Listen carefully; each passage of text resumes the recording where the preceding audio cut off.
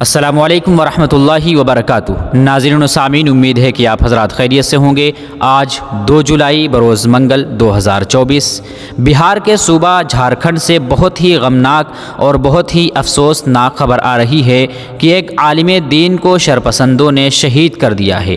انا للہ و انا الیہ راجعون۔ اللہ رب العزت ان کی مغفرت فرمائے، درجات بلند فرمائے، جنت الفردوس عطا فرمائے اور لواحقین کو صبر جمیل عطا فرمائے۔ آپ بہار کے ایک گاؤں کے رہنے والے تھے۔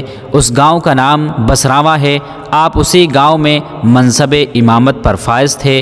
آج ہی تقریباً 7-8 بجے صبح اپنی ڈیوٹی پر جا رہے تھے۔ پرسا آباد سے پہلے ایک گاؤں کٹیا پڑتا ہے، اسی گاؤں میں حضرت مرحوم کی گاڑی کے زد میں ایک عورت آ گئی۔